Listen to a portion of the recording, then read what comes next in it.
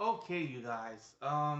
This video is going to be about the talks Sharon Osbourne, and it's regarding a video dropped today. Cause I'm pretty sure y'all guys know the story. I don't think I need to recap y'all on it. Especially if you look in this video up, you already know the situation with Sharon Osbourne being fired from the talk, and they have replaced her with actor comedian Jerry O'Connell. He's married to Rebecca Romaine, the original lady who played Mystique in X-Men, the Blue Naked Lady. So anyway, so it's been announced a couple of days ago that Jerry O'Connell will be replacing Sharon Osbourne on the talk. So he's like the only guy there around females. I guess they're doing a new thing or whatever. Good luck to them. I don't watch it anymore. Um, I'm gonna just right off to say this. I like Sharon Osbourne. I think they did her dirty. I don't think it had anything to do with race. Unfortunately, I felt like they set her up and this confirmed it for me.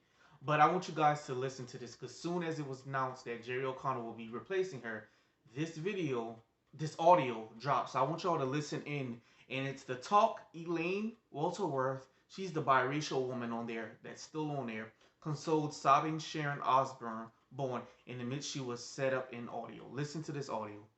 What exactly are we doing right now? Help me understand. They asked me to ask that question. I said, no, I'm not going to ask that question. I said, wait, what's the intention of this conversation?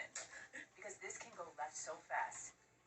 I'm like, they go, let me call you back. I said to them, this is going to be a train wreck. Now look at the sweetheart, he can tell. I know.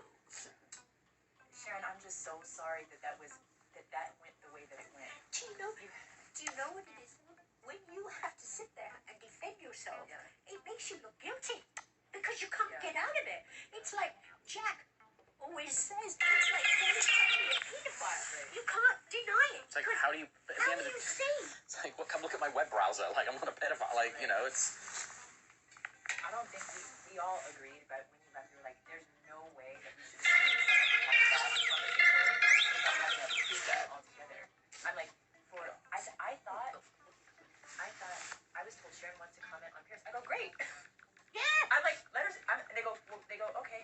Is there anything you want to say? I was like, no. As I was, Not at all. As I was driving in this morning, they said, do you want to comment on this? I said, sure I will, sure. 4 minutes before I went out, they called me and said, some might not agree with your opinion. Is that all right for them to air it? I said, of course it is. We talk whatever they feel. We'll discuss it. I never thought it was going to be that because you can't, whatever you say, you just look guilty. It's like, and now everybody's going to have that little seed of doubt. Oh, maybe she's a bit racist. It's so up. So, these people here, the runners have no ethics. Okay, they just want numbers. These people here, the runners have no ethics. Okay, they just want numbers. Did you speak to them? Did you get his name on the phone yet? I mean, this is not. Nobody's here. Nobody's here. The building, the offices are empty. Nobody here. I just want you to know, Sharon, Cheryl loves you and respects you so much and had your back behind the scenes. She was not trying to attack you. But I also understand when you've had a night long of trolls attacking you online, that puts you in a position where you're just like, you have to defend yourself. You feel like you have to defend yourself. And I know you're upset. I know it was terrible, but I just hope that once this blows over, that Cheryl is your friend. She really is your friend. I She have doesn't think said you're to racist. Cheryl, I don't think you're racist. but No one here no one who knows you would ever say that or think that. Why couldn't she say, I've known you for 11 years. I know you are not racist instead of, I don't think you are. No, I know you're not. There's a huge difference. Osbourne, 60 Yeah. infamously.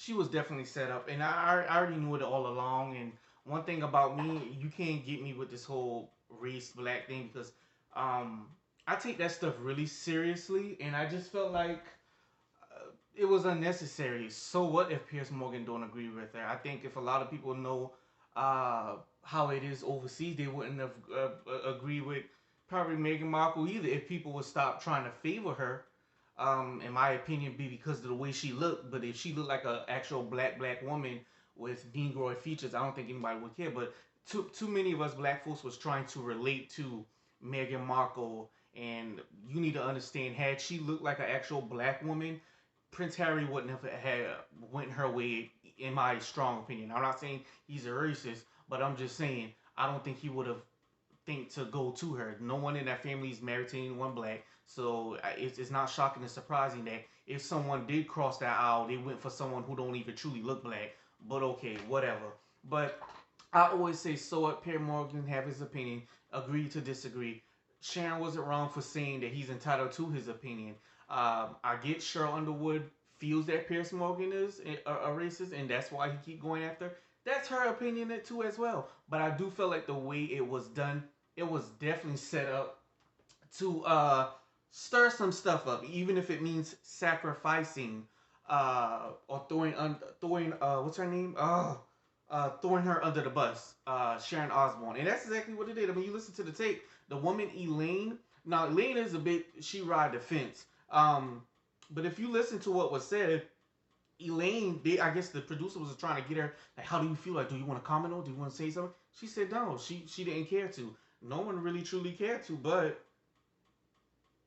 as you can see,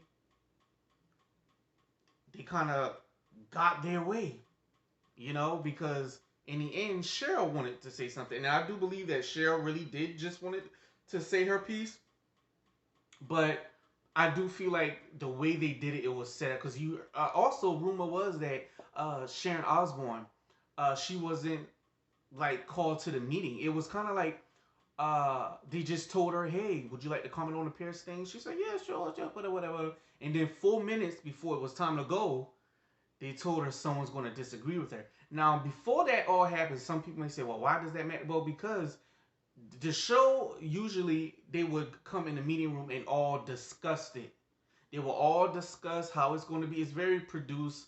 A lot of people say it's also been like really, really scripted. Everybody know their places. So if you want to know why they don't really argue like that on the show, and this was kind of like the first, is because the show it is really scripted. Not saying women can't get along, but it ain't that much. You could tell if you watch the show, you could tell even how they talk to one another and agree all the time. It's like they have their opinion, but then they'll be like, "Oh, and I see what you mean," but then say something completely different. It's just like y'all trying to play it too safe to prove that y'all so different from the VO. Child boo. I wasn't buying that, so I'm not surprised when I heard on the curb that it's kind of like scripted.